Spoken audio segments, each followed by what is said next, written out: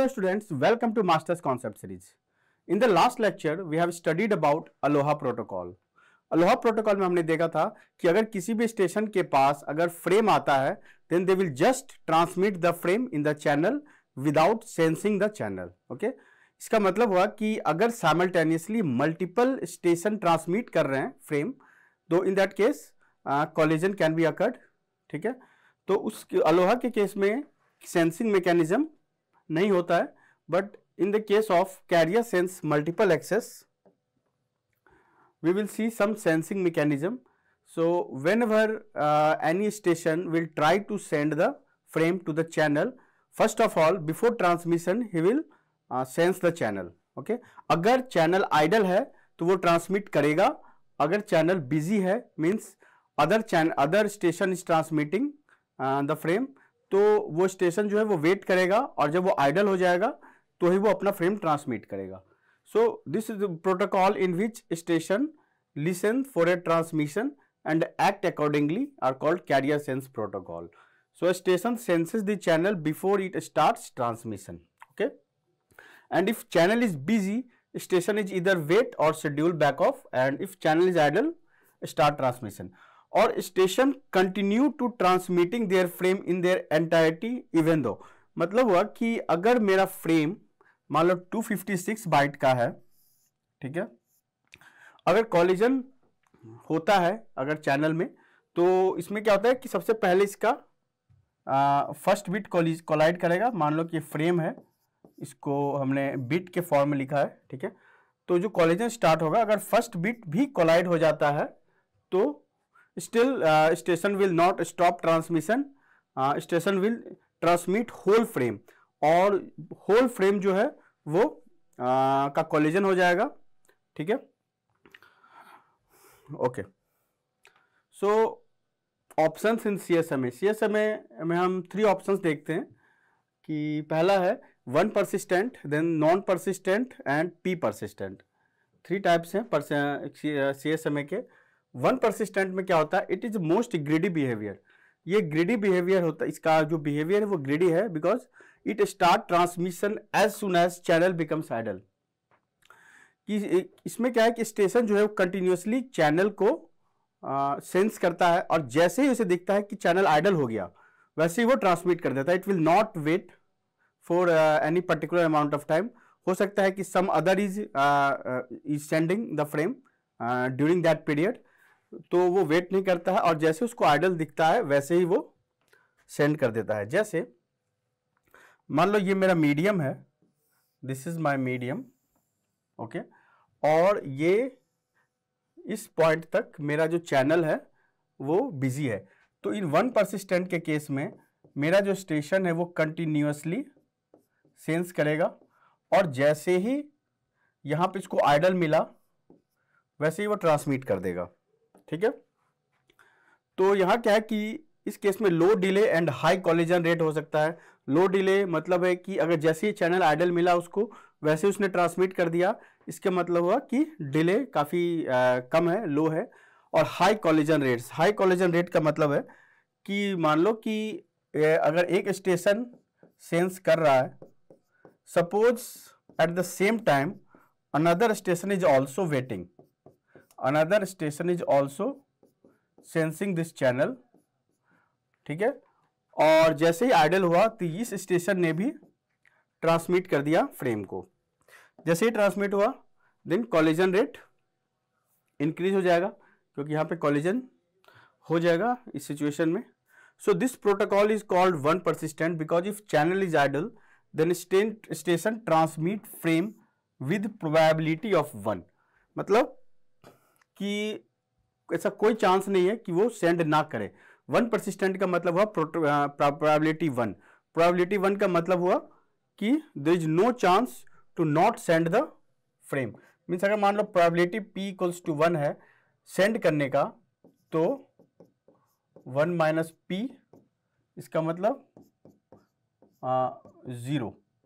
0 chance है उसको नहीं सेंड करने का. ठीक है, तो definitely he will send. So this protocol cannot avoid collision when 2 station transmit frame simultaneously. ठीक है, ये हमने देखा. और इसलिए इसको वन परसिस्टेंट बोलते हैं। यहाँ पे वन डिनोट करता है प्रोबेबिलिटी को, कि हम प्रोबेबिलिटी वन से फ्रेम को ट्रांसमिट कर रहे हैं। सेकेंड है non persistent, it is a list ग्रेडी behaviour, means ये वन परसिस्टेंट से इसका जो बिहेवियर है वो लेस ग्रेडी होता है। So sender wait for a back off period then sense channel again. मतलब वन परसिस्टेंट के केस में क्या होता है कि अगर चैनल बिजी है तो नॉन परसिस्टेंट के केस में क्या होगा कि चैनल विल फर्स्ट सेंस, ठीक है, and he will wait for random amount of time and again he will sense. फिर ये देखेगा इस केस में कि चैनल जो है बिजी है, तो फिर वो सेंस करेगा, फिर वो रैंडम अमाउंट ऑफ टाइम के लिए वेट करेगा और फिर वो वेट करेगा। मीन्स ये जो है यहाँ पे वेट कर रहे हैं हम, यहाँ पे वेट कर रहे हैं हम, और यहाँ पे सेंसिंग हो रही है, ठीक है। फिर इसके बाद फिर वो रैंडम अमाउंट ऑफ टाइम के लिए वेट करेगा, ठीक है।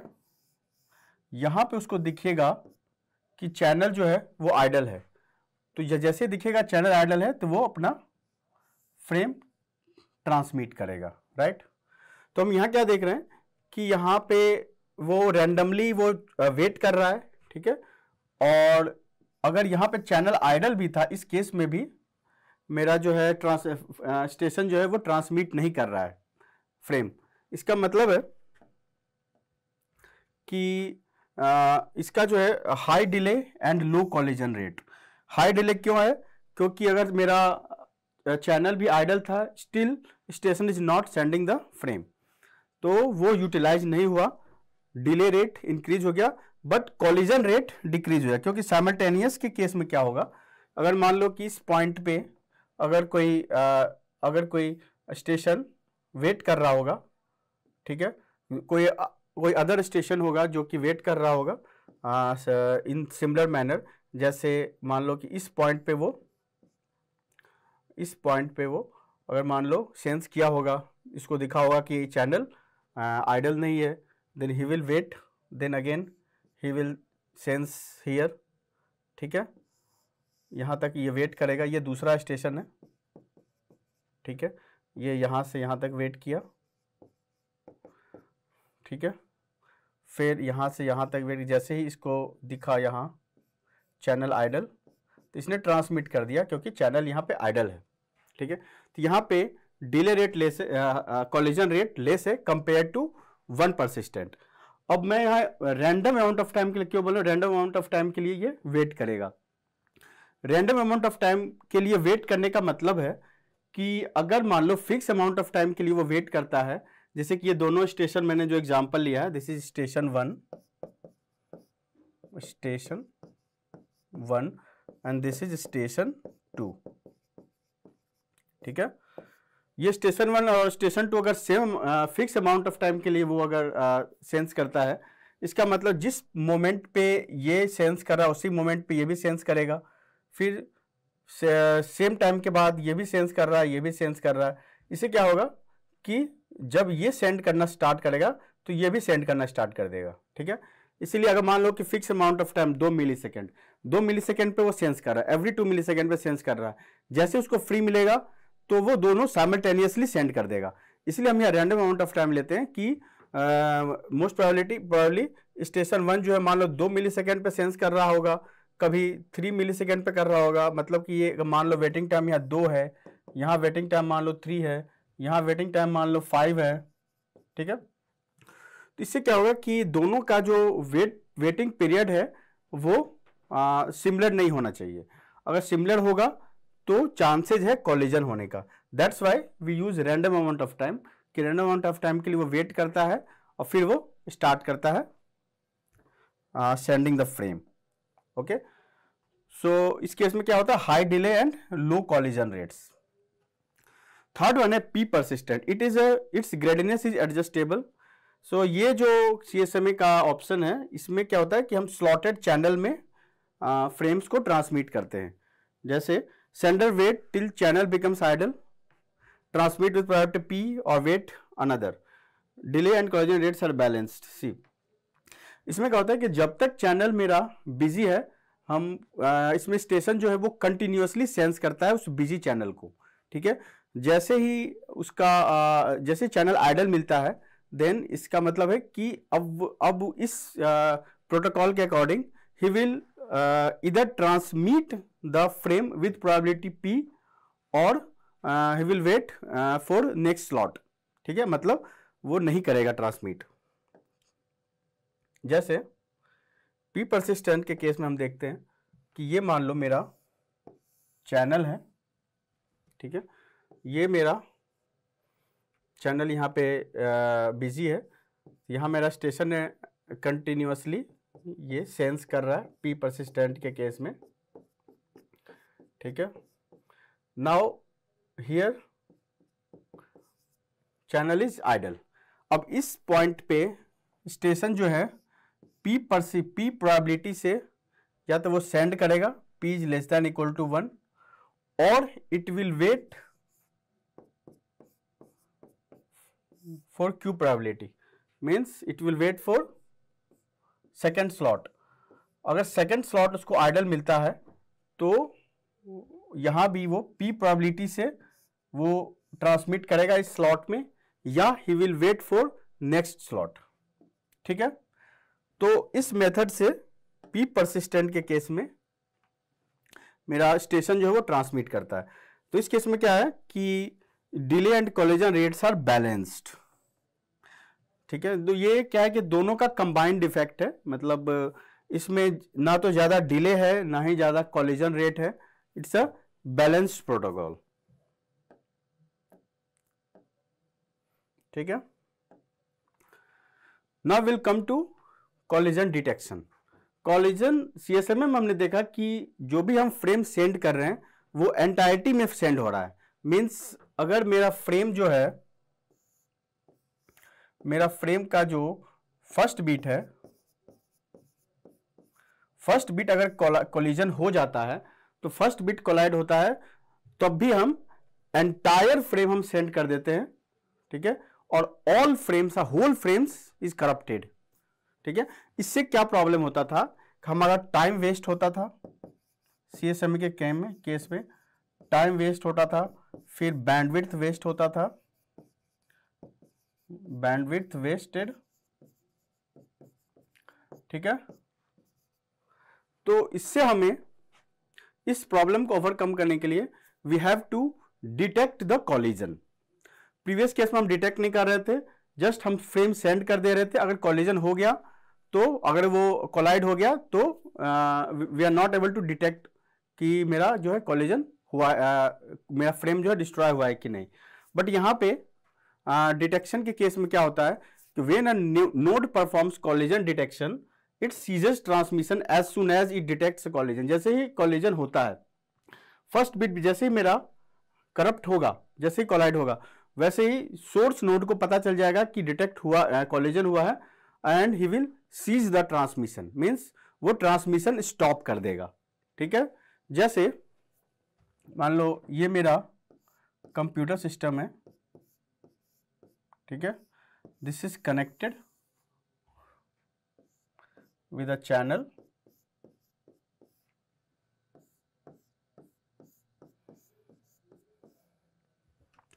अब इस कंप्यूटर सिस्टम ने जो फ्रेम सेंड कर रही है,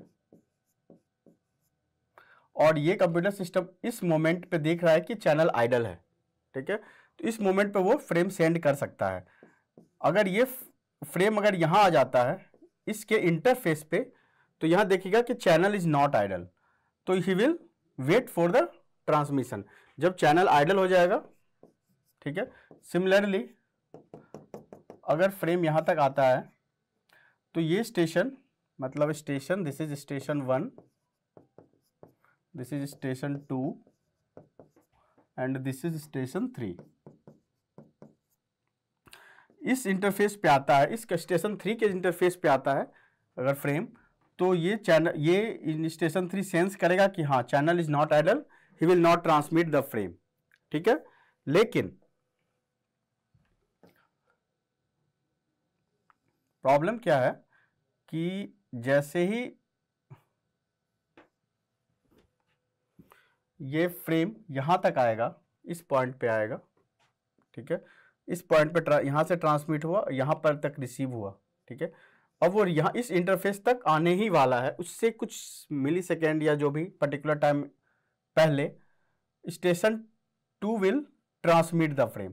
जैसे ही ये ट्रांसमिट फ्रेम करेगा वैसे ही कॉलिजन हो जाएगा, और जैसे ही कॉलिजन होगा तो वैसे ही station 2 will recognise oh my frame is collided, so he will ceases the transmission. तो यहाँ पे हम क्या देख रहे हैं कि इस पॉइंट से इस पॉइंट तक पहुंचने में जो डिले हो रहा है वो है मेरा प्रोपेगेशन डिले, राइट।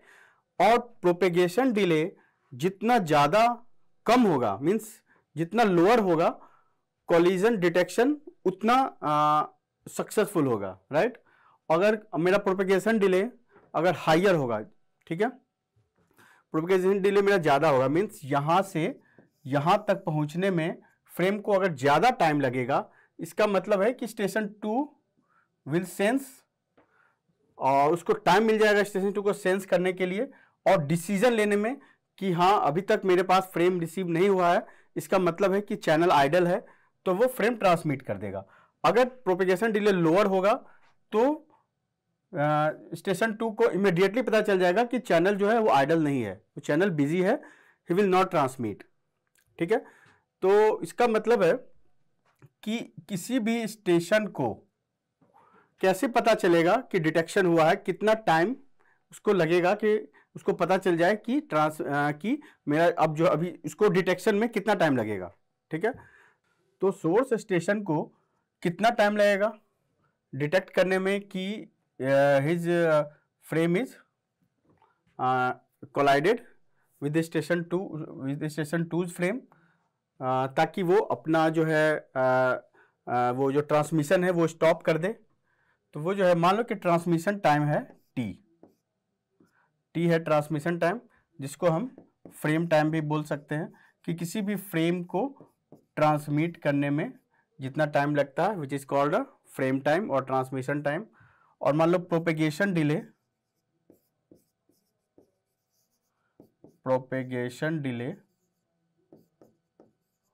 वो है टीपी, ठीक है।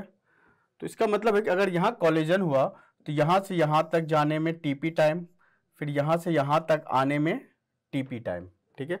इसका मतलब फ्रेम टाइम और transmission time should be greater than और equal to 2 into propagation delay.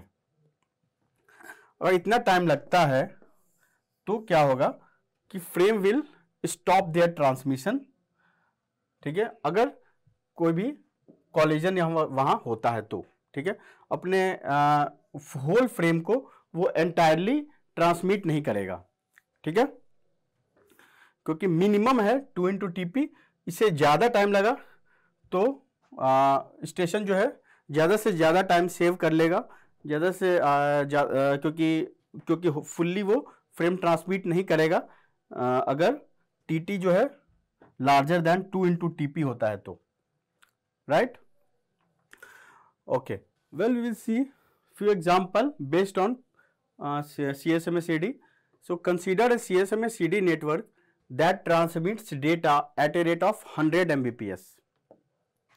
Transmit कर रहा है data eight a rate of 100 Mbps, ठीक है। तो यहाँ पे ट्रांसमिशन रेट गिवन है, ट्रांसमिशन रेट गिवन है 100 Mbps।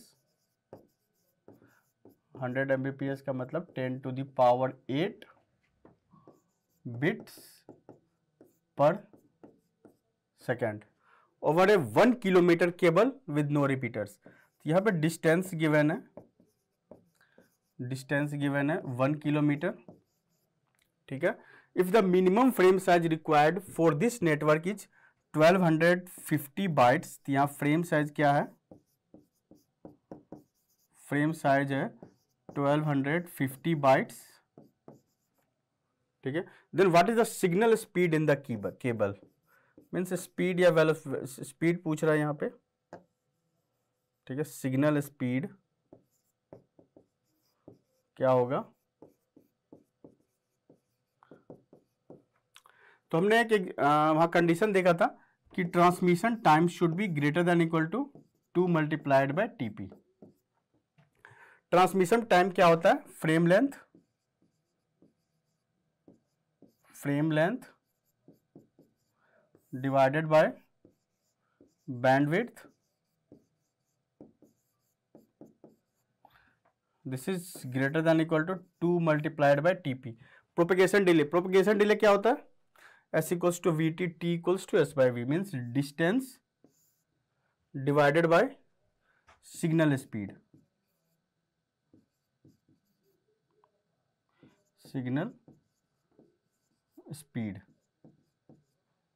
ठीक है। यहां फ्रेम लेंथ कितना गिवन है? 1250 बाइट्स।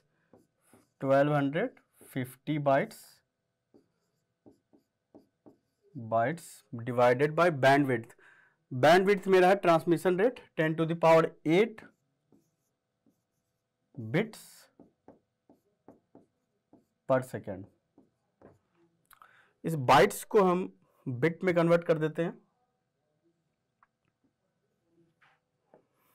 250 इंटू 8 बिट्स, ठीक है, greater than equal to 2 multiplied by distance. Distance क्या है? 1 किलोमीटर। 1 किलोमीटर डिस्टेंस है, divided by signal speed. Signal speed given है, सिग्नल स्पीड हमें किलोमीटर पर सेकेंड में कंप्यूट करना है, ठीक है, सिग्नल स्पीड। ओके, तो उसको नेक्स्ट पेज में देखना पड़ेगा। Signal speed is greater than equal to signal speed is greater than equal to 1250 into 2 into 1, 2 multiplied by 10 to the power 8, 2 multiplied by 10 to the power 8 divided by 1250 into 8, 1250 into 8, इसको कितना हो जाएगा? ये 2 multiplied by 10 to the power 8 divided by, so this much, इसका मतलब 2 into 10 to the power 4, ठीक है, means 20,000 kilometre per second. So signal speed जो है मेरा वो, what is signal speed in the cable? 20,000 kilometre per second हो जाएगा सिग्नल स्पीड। नेक्स्ट क्वेश्चन है, in network with CSMA CD protocol in the MAC layer is running at 1 gigabit per second. यहाँ पे transmission rate कितना given है? Transmission rate 1 gigabit per second over a 1 kilometre cable. Distance given है 1 kilometre, ठीक है, with no repeaters. The signal speed in the cable is, यहाँ पे signal speed given है, सिग्नल स्पीड गिवन है 2 multiplied by 10 to the power 8 metre per second. So the minimum frame size for this network should be what? Then frame size हमें compute करना है। Frame size, minimum frame size क्या होगा वो हमें देखना है, ठीक है। सो 1 gigabit per second, 1 gigabit per second का क्या मतलब हुआ? 1 into 10 to the power 9 bit per second, ठीक है। 1 KB पर सेकेंड होता है तो 1 into 10 to the power 3 bit per second. MBPS होता है तो 1 into 10 to the power 6 bit per second. यहाँ गीगा बिट है तो 1 into 10 to the power 9 bit per second. Okay, distance 1 kilometre, signal speed this one. तो मेरा same formula है, वो है transmission time. Transmission time should be greater than equal to 2 into propagation delay. Transmission time equals to frame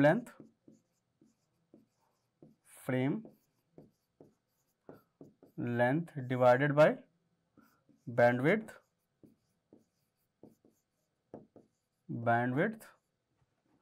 is greater than equal to, propagation delay क्या होता है, distance by signal speed, distance by signal speed, ठीक है। Okay, frame length हमें निकालना है कि minimum frame length क्या होगा, तो frame length is greater than equal to 2 multiplied by distance, distance given है 1 किलोमीटर, ठीक है। यहाँ पे मीटर में ही इसको कन्वर्ट करना होगा, 1 इंटू 1000 मीटर, ठीक है, मल्टीप्लाइड बाय बैंडविड्थ क्या गिवन है, 1 into 10⁹ bit per second, 1 multiplied by 10⁹ bit per second, divided by signal speed, signal speed है 2 मल्टीप्लाइड बाय 10⁸, यहाँ पे 2 cancel, 10⁸ cancel, then 10,000 of this 10,000 bit जो है मिनिमम फ्रेम साइज होगा जो इस कंडीशन को होल्ड करेगा, ठीक है। ओके, तो वेल स्टूडेंट्स, आज हमने CSM में देखा, CSM and CSM CD। So up to this we have completed, and in the next lecture we will start domain name system. Okay, so today lecture we are going to stop. Thank you.